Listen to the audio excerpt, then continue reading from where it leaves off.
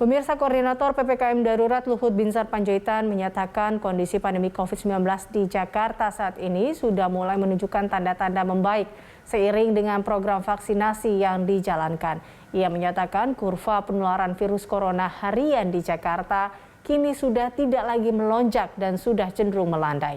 Hal yang sama juga ditunjukkan oleh Provinsi Bali yang menurutnya akan segera membaik dalam waktu yang tidak terlalu lama lagi. Cakupan vaksinasi per provinsi terus meningkat. Anda lihat ini misalnya Bali yang tertinggi, kemudian Jakarta. Jadi Jakarta itu sudah 65%. Jadi ini kita harapkan, Jakarta ini kalau sampai 70%, kita harapkan nanti mulai dekat herd immunity. Karena sekarang Jakarta itu sebenarnya sudah flattening. Ya, Jakarta sudah mulai kelihatan mendatar grafiknya Jakarta. Tapi jangan kita tambahin lagi masalah. Kita lihat per provinsi. Ini Bali juga saya kira dalam waktu tidak lama juga kita akan lihat makin baik. Ya, lantas seperti apa penanganan COVID di Jakarta hingga berangsur melandai seperti yang digambarkan oleh Luhut Binsar Panjaitan? Kita akan membahasnya bersama dengan Dewan Pakar Ikatan Ahli Kesehatan Masyarakat Indonesia atau IAKMI, Hermawan Saputra. Terima kasih Pak Hermawan telah bergabung bersama kami dalam Prime Time. Ini kalau kita lihat terkait dengan PPKM darurat atau mungkin pola penanganan seperti apa sih sebenarnya yang telah dilakukan Jakarta sehingga kasus yang melonjak selama beberapa pekan ini bisa berangsur melandai seperti yang digambarkan oleh Pak Luhut. Karena tadi Pak Luhut mengatakan terkait dengan cakupan vaksinasi saja per provinsi, kita lihat Jakarta juga sudah mulai membaik. Menurut Anda seperti apa Pak Hermawan? Memang ada dua intervensi yang cukup signifikan yang dilakukan oleh pemerintah DKI. Tentu pertama adalah PPKM darurat yang meliputi seluruh wilayah di DKI Jakarta.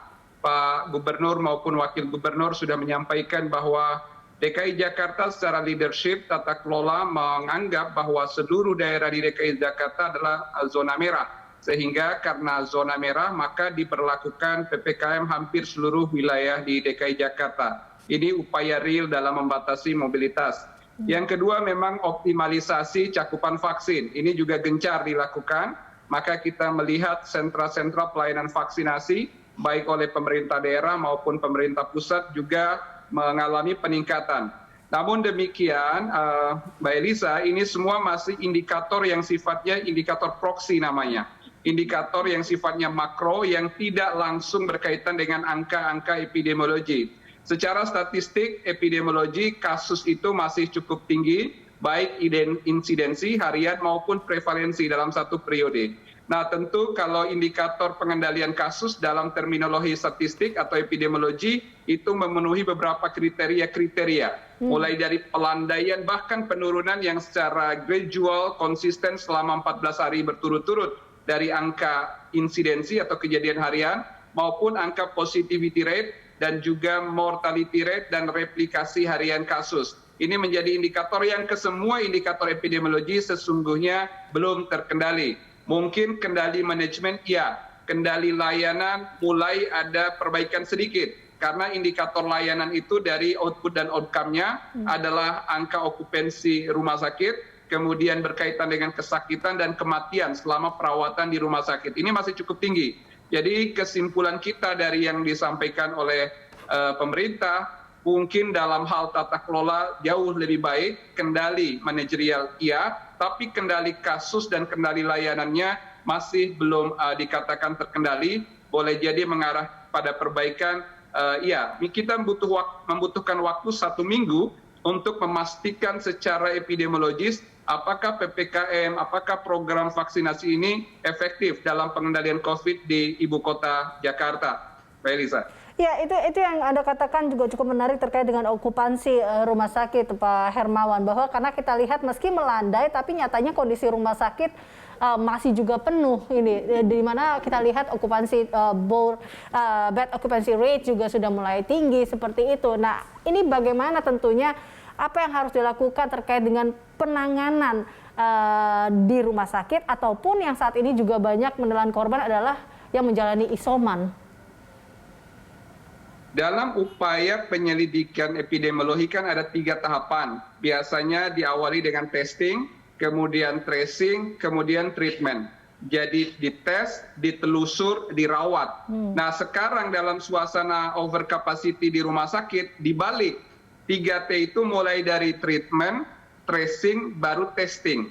Nah kenapa? Karena kita membutuhkan relaksasi perawatan dan penanganan di rumah sakit. Jadi pemerintah harus berpacu dalam upaya penyediaan ruang-ruang isolasi mandiri, penyediaan ruang-ruang rawat isolasi di rumah sakit, dan bahkan intensive care seperti HCU dan juga ICU. Ini tidak bisa tidak, harus terus ditambah dilakukan supaya ada relaksasi. Itu fasilitas, belum lagi ketenagaan, SDM, sumber daya. Tetapi memang terkhusus ibu kota relatif lebih mudah DKI untuk melakukan pooling resources. Karena semua sumber daya dan akses terhadap layanan bisa oleh DKI. Ini masih mungkin dilakukan relaksasi.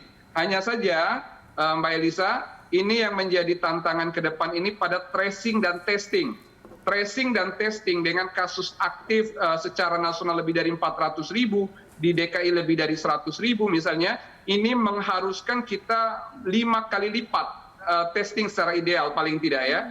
Kalau secara nasional 400.000, perkiraan kami antara 800 sampai 1 juta spesimen rate per hari mestinya sudah dilakukan. Kalau untuk ukuran DKI Jakarta misalnya 100 ribuan, itu bisa sekitar 500 ribuan spesimen per hari. Nah ini adalah hal yang logis dan paralel dengan PPKM untuk pengetatan. Jadi PPKM dilakukan dengan optimal, tetapi juga testing dan tracing sebagai konsekuensi logisnya juga harus dilakukan dengan optimal. Ini yang akan membuat evaluasi kita sekitar seminggu ke depan atau beberapa waktu ke depan akan lebih precise untuk mempertanggungjawabkan dan menilai apakah betul DKI Jakarta sudah landai dan terkendali atau tidak. Begitu kira-kira Mbak Elisa. Baik, artinya menurut Anda yang menjadi kendala saat ini tidak hanya pelanggaran dari prokesnya saja yang dihadapi, tetapi kalau kita lihat kendalanya juga terkait dengan testing dan tracing yang saat ini juga belum berjalan dengan baik. Secara nasional memang sama sekali belum dilakukan dengan baik, tetapi ukuran DKI dengan sumber daya yang ada sebenarnya sudah jauh lebih optimal ya. Jadi kalau kita kumulatifkan pada tataran nasional masih sangat jauh dan masih sedikit, tapi untuk DKI relatif lebih baik. Nah inilah harapan kita agar di DKI kan yang paling problem sekarang kan tadi yang saya sebut, dimulai dari treatment. Jadi bukan lagi dimulai dari testing.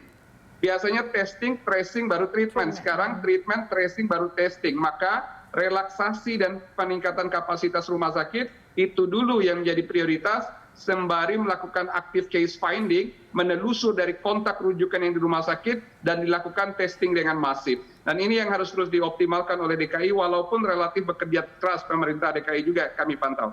Oke, baik. Terakhir, jadi tadi Luhut Binsar Panjaitan juga sempat mengatakan Jakarta sudah mulai melandai, jangan sampai grafik ini kembali memburuk atau seperti itu ada yang memburukkannya lagi. Menurut Anda atau mungkin saran bagi Anda apa yang memang harus dilakukan bagi masyarakat maupun pemerintah?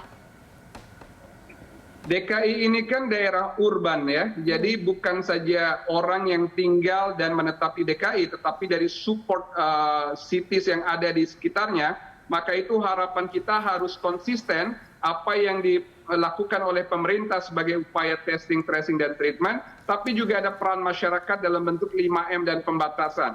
Seiring dengan PPKM darurat, ini tidak hanya karena kebijakan yang ketat dan penegakannya, tapi harapan kita adalah kesadaran masyarakat yang memang harus menahan diri sekarang ini. Jangan lagi ada yang kucing-kucingan, kantor dan sektor yang non-esensial memaksakan diri kerja selama pandemi belum tertangani dan terkendali. Kita berharap kepedulian sosial kita, kolaborasi multi-stakeholders, itulah yang menentukan konsistensi dan komitmen dalam pengendalian COVID, terutama di ibu kota kita tercinta. Demikian harapan kita bersama Mbak Elisa. Baik. Terima kasih Pak Hermawan. Terima kasih telah bergabung bersama kami dalam Prime Time. Pemirsa, demikian Hermawan Saputra, Dewan Pakar IAKMI.